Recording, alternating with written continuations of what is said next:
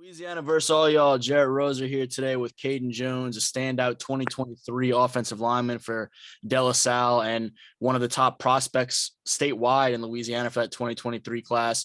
We're going to talk a lot about his recruitment, his development as a player, as well as just kind of where some of the visits he's taken recently, including LSU spring game just a couple of days ago, and what his plans look like this offseason, both work-wise and visits-wise. Caden, what's been going on, man? It's been a heck of a last year for you for sure. And I know it's already been a busy 2022 thus far. What's been going on? It's just been crazy, man. Recruiting out of this world. Like, it all happened so fast, and I'm just trying to adjust and take it all in, take as much as I can. When you look at your situation right now, both kind of where you are in your development and some of the opportunities that you now are trying to sift through compared to this time last year before recruiting really fully opened back up in person. I mean, what are some of the biggest differences in your day-to-day, whether activities or your mindset and your approach to things, just when you look at where you were last April 2021 to now April 2022, what are the biggest differences that stand out? Well, last April, I wasn't where I am today. Like, I didn't have all the offers. I wasn't talking to all the coaches. Okay, I started hearing from the coaches, and I still had the same mindset that I had, that I have to go out and attack everybody and show people what my name is and I could do is better than the people that they have ranked higher than me. But I still had that same mindset. It's just I have a bigger target on my back, knowing that all the coaches are looking at me and expecting big things out of me. And I just got to go out there and work, show my talents. Do you remember when the big eye-opening moment or moments were for you, whether it be in terms of what your potential was going to be and what type of player you could be, or when the recruiting offer started to come, just either in terms of your development or your success on the field at De La Salle, or when an offer came, or both, when you kind of had to take a step back and realize, okay, this just hit another gear a little bit, and I've got to recalibrate a little bit? Well, it was last summer, after I got my LSU offer, when I was sitting in Coach O's office. I never thought I would be there. Like, as my younger self, I never thought I'd be sitting in Coach O's office. And then when I realized that, like, when I got home, I'm like, dang, I really got to, like, turn this up, you know? I can't fall behind. Like, once you separate yourself from others, you can't slack and let them catch up. Yeah. It was pretty fast and furious for you after that one too. You picked up a bunch pretty quickly. You had most of the state schools for sure. Most of Louisiana schools pulled the trigger after that and extended the offer. And so it didn't really slow down. It definitely didn't slow down for you. Yeah, it did. That was the crazy thing though. Like, it just got faster, if that makes sense. Yeah. The weekend that you were there for that LSU camp, or one of the weekends that you were up at LSU last summer, I was talking to Coach Jarrett a little bit about just sort of your progress and what he'd seen from you to that point. And at that point, we'd already seen you kind of step into a big role for that team, the previous season, the run to Natchitoches and all of those things. That year of development for you, and we talked about it a little bit before, you grow from 6'3" to 6'8" in the span of a year and grow into that big tackle. What was that year like? Were you realizing how much you were growing as it was happening? Not really, if that makes sense, because I don't think many people know this about me, but I started off playing DN my freshman year. And then when I would grow, and then my coach was like, man, if you keep growing, you have to move to the offensive side of the ball. And I thought about it, and I was like, man, no, because I wanted to play defense. Mm-hmm. And then my 10th grade summer, the first summer practice, my head coach moved me over to the opposite side of the ball. And in that spring and in that season, and I'm just like, dang, I could really make something happen at this position. And that was just then I stuck with it, started training it more, and here I am. What were the biggest challenges to that position adjustment, or what were some ways that having played on the defensive side helped you as in terms of your approach or your understanding as a blocker? The lowest man always wins. That's the first thing. Something that was hard for me were the steps, because the offensive lineman steps aren't the same as the defensive lineman steps. When a defensive lineman comes out the ball, they go get the quarterback. And that's what I was used to. But as an offensive lineman, you have to, well, not slow your feet down, but like pound your feet in the turf, get low, and then you have to block him. And it wasn't like hard, but it was just like difficult. And, I just learned as time went on. As a dude that is now 6'8" and grows 5 inches in a year, you mentioned low man wins. What type of an adjustment is that to try and be the low man when you're growing that fast? First off, being 6'8", it's not many people that I'm going to play against that's going to be taller than me or the same height as me. Right? They're always going to be lower. And I couldn't use that as an excuse because everywhere I went, I was the tallest man. So I just had to suck it up. And I worked constantly on every practice. I would stay low, get lower, get lower. And then it just became a habit. Coming out the ball, staying low, keeping your head up and blocking your man. And so really it just came on as time went on. How do you feel about being an offensive lineman in a program where Coach Manali previously and now Coach Jarrett, there's always been this emphasis on run the ball. We're in the 2020s now and everybody wants to spread it out and throw the thing around. You were blocking for Montrell Johnson earlier in your career, who is obviously off to a fantastic start to his college career now with the Cajuns and now transferring to Florida. And you've got Patrick PJ Martin behind you, who is kind of Trell's Robin to his Batman. And now he's become one of the best running backs in the state. In a program that has had that type of an emphasis, how much fun is it sometimes getting out there and getting in front of those guys and paving the way? That's exciting. But to know that your running back runs an 80-yard touchdown behind you, just as a unit, that fires you up, Knowing that Trell and PJ put the numbers up that they did and the time that they did, and me knowing that I was the one blocking for them, that just made me work harder. Because I saw they were winning, and I was feeding off of their energy when they would score, and then we'd just be unstoppable. What have been some of the things that you've worked on most? You mentioned with all the offers that have come, you have a need to stay hungry, realize that you're still proving yourself, and you also in some ways have a target on your back as a guy that has these offers. But from a workload technical standpoint, what are some things, I guess, particularly this offseason that you have kind of top of mind that you're really trying to attack and keep developing your skill set?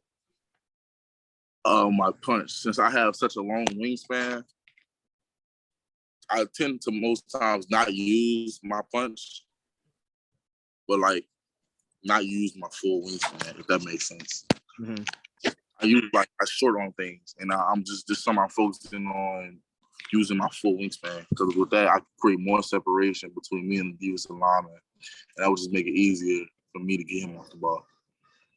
And I'd asked you before also, with all that size you have, you're also still a basketball player out there, and so you have some benefits there with agility and footwork at that size. How much does what you do on the court or just away from the football field in general kind of help translate and help you be a well-rounded guy at 6'8", almost 300?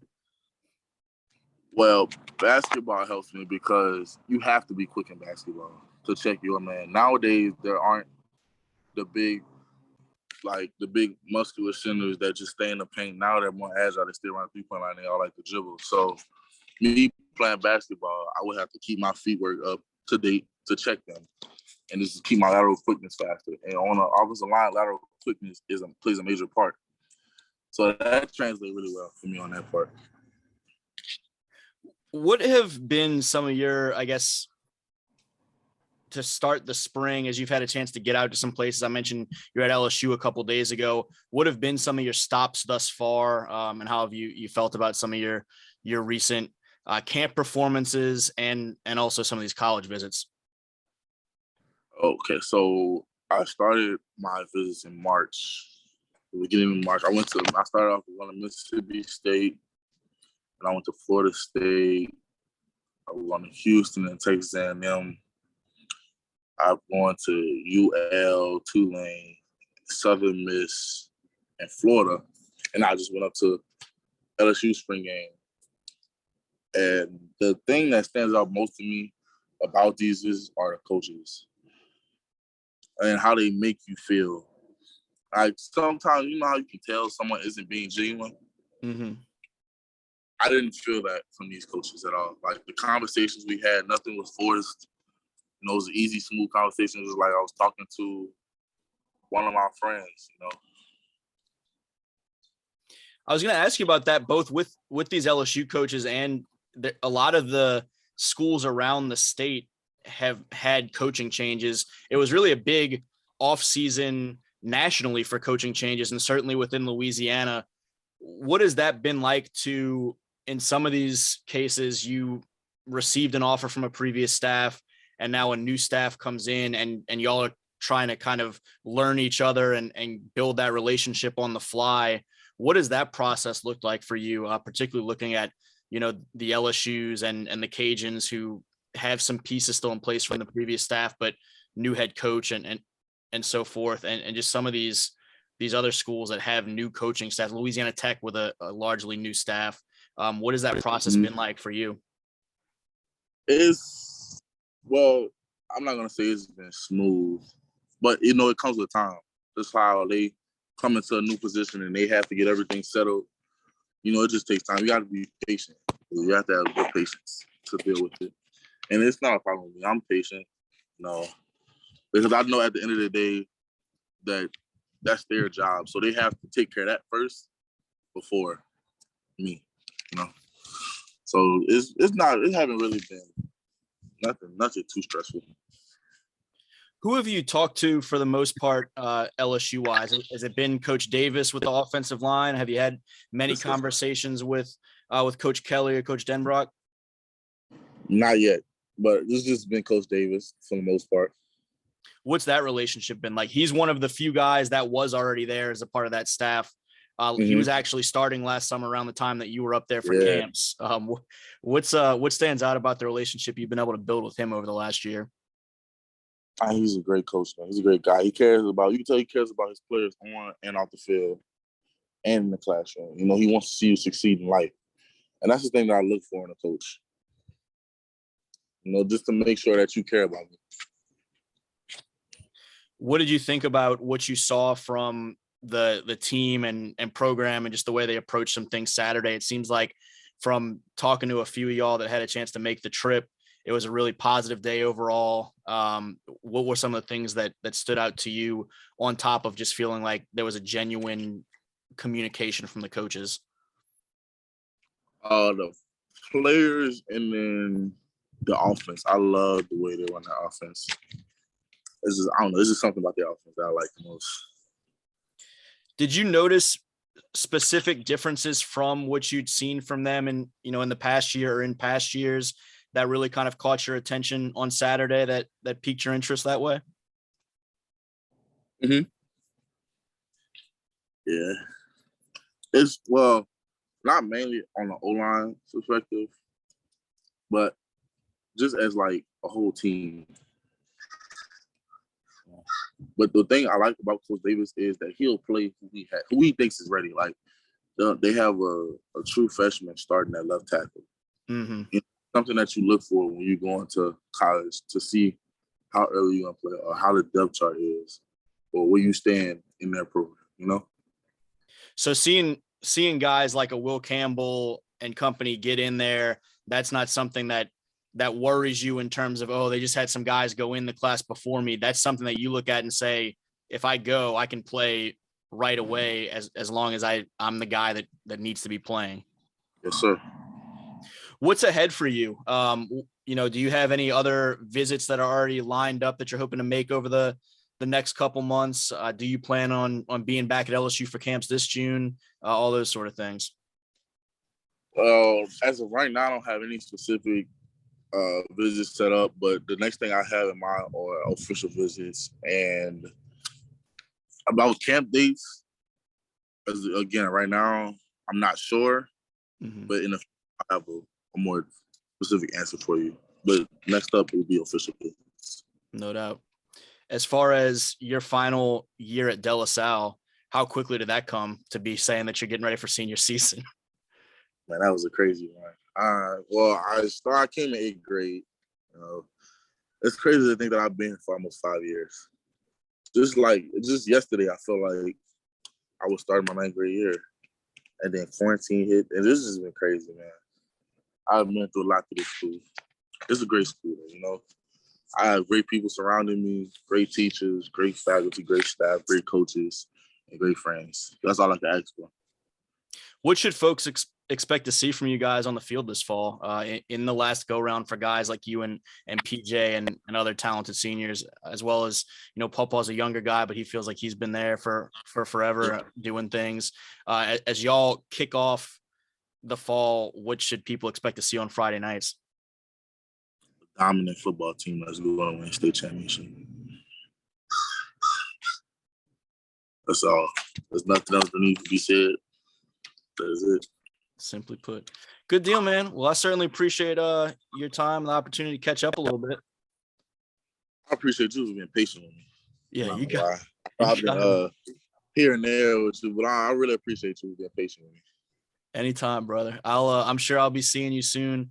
Again, he's Caden Jones, standout offensive lineman for De La Salle, getting ready for his final high school off season and his senior season this fall. He's got his football shirt on there. Get ready to watch those. Get ready to watch those guys this fall. Watch Caden and some of his teammates hit that camp circuit over the next couple months. And for Louisiana versus all y'all, Jared Roser.